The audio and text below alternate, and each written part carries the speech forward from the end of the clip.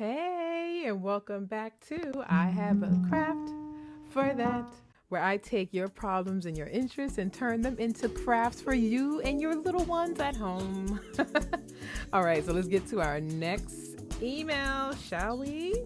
It says, "Hi Cheryl, I love your crafts for kids. They're so cute and easy to do. But I'm wondering, do you have crafts for adults?" Now, let me explain. I am an author, and when I do school visits, I prefer to have an activity that I control. Got it in quotes. Okay.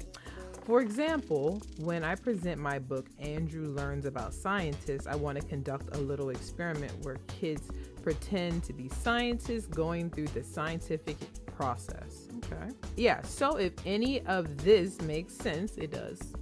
Um, you have already made two amazing crafts for Andrew Learns About Engineers. As I am not skilled enough to make a color changing traffic light while talking, laugh out loud, I implore, can you make an easy, low material, low supply craft / activity that I can do while presenting Andrew Learns About Engineers and that also engages kids? Well, you know what? And then it says, do you have a craft for that? Well, signed, Tiffany O'Bing. Well, you know what I'm going to say, Tiffany O'Bing, who is no stranger to this channel. I have a craft. Actually, no, scratch that. I have an activity for that. And you're in luck because I actually did this one in my classroom before. I did this last year with STEM kids and art kids, so they enjoyed it, so you're in for a treat. So this is actually something I actually did in my classroom. I'm going to share with you all here today. Let's go.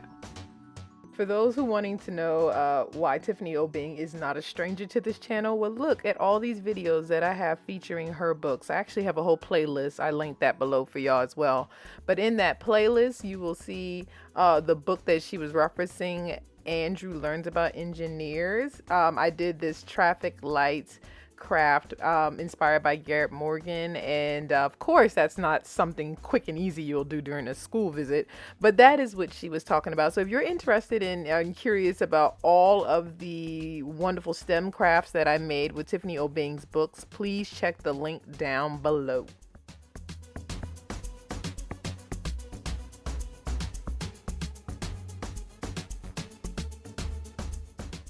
All right, so I will share with you guys my Inventors lesson, and teachers, parents, anybody can follow along and do this lesson. But basically, what I did was I explained to my students what an inventor was, and then I had them look at different things we use every day that are inventions. And this was done to show them how necessary inventions are. Now, we all know that inventors are who make inventions. And what I did was, because I started this lesson during Black History Month, I tailored my inventors lesson to feature Black inventors. You don't have to do that, but that's just something I did. So we talked about all the Black inventors, or the famously known Black inventors, and what they invented. Students were really inspired by that.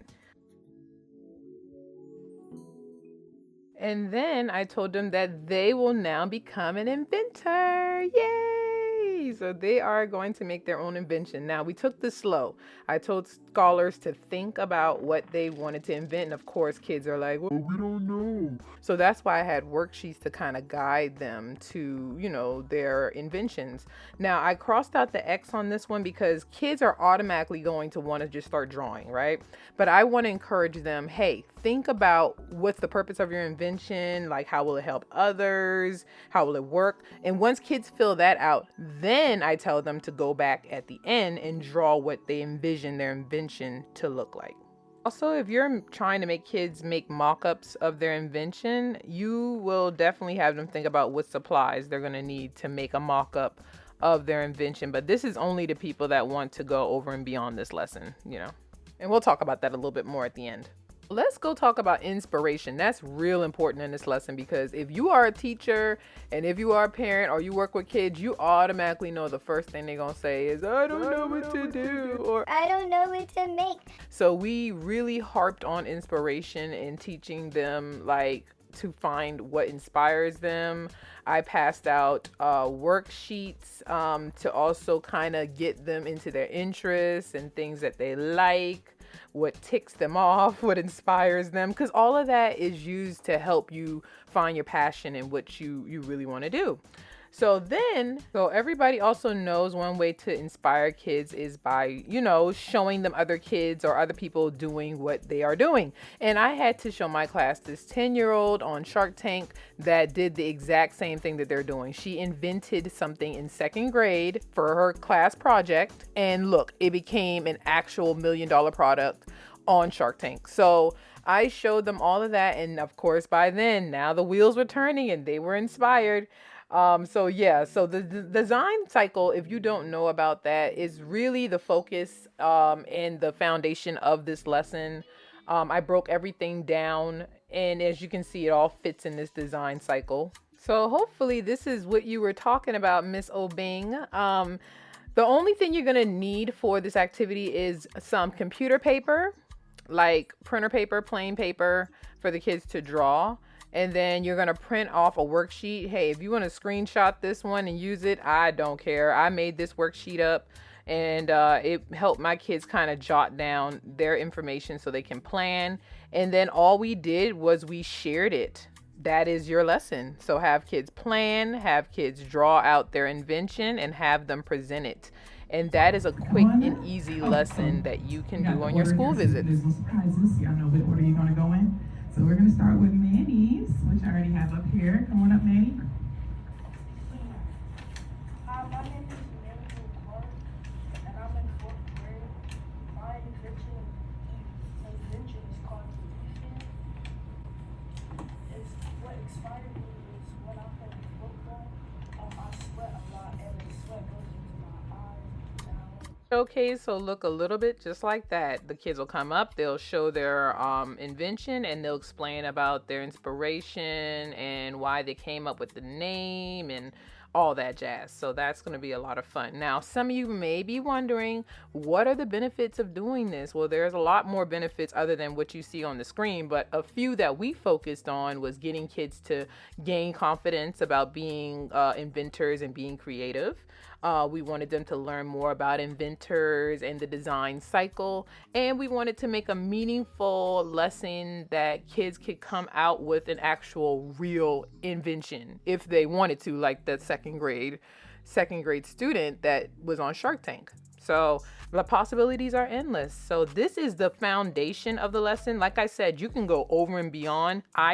My kids took these designs that they did, the paper designs, and they actually turned them into 3D mock-up models like you see here on the screen. All right, and last thing, because I know a lot of people are not familiar with STEM. So if you want to show your scholars this PowerPoint, screen recorded, screenshot it, whatever you want to do. I'm kind of flipping through it so you guys can see what I showed my kids, and this helped them when trying to plan their design. So if you don't need this and your kids are pretty much experts in STEM, go ahead and skip forward to this number right here on the screen and continue with the video.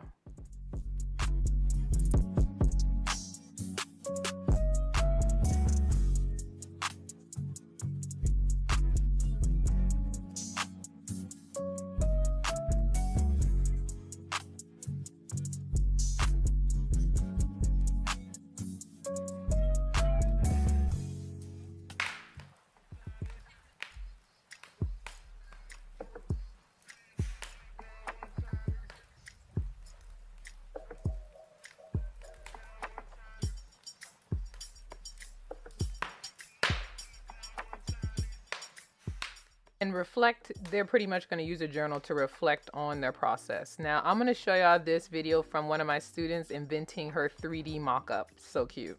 Mom, she's always like asking me like, Aria, did you mess with my makeup or something? And I said no. So now, and you can use your phone to send it to you and stuff, and she can put all of her stuff in it. Yeah, she listened when we said we wanted to be personal to you. So that's awesome. That is the Inventors lesson, so I can't wait to see what you guys come up with when you do this with your kids. Miss O'Bing, you know you're going to have to take some pictures and show me how this turns out, because I know it's going to be the bomb. All right, so what y'all think? Y'all like that one, right? Easy to do, low maintenance, low supplies. I know y'all can all try that one today, and your kids are gonna love it too, because like I said, I did that in my classroom and it's still a hit today with the kids. So can't wait to see y'all try that. But when you do, go ahead on Instagram and take pictures, videos, whatever you got, and tag me. I want to see it. Here's my Instagram handle here on the screen. All right, and thanks for joining us today with I Have a Craft for That. If you are an author or a parent or educator or anyone at home, even a kid, I had a kid write in last week. If you have a question or want to do an activity or a craft and not sure what to do, email me right here. And my email is also in the description box as well. And I cannot wait to work with you and help you guys out, okay? What you're going to do is like this video, don't forget, and share it to someone that could use it. And click on one of these 2 videos here on the screen to keep the party going. And I'll see you in the next video, okay? Bye.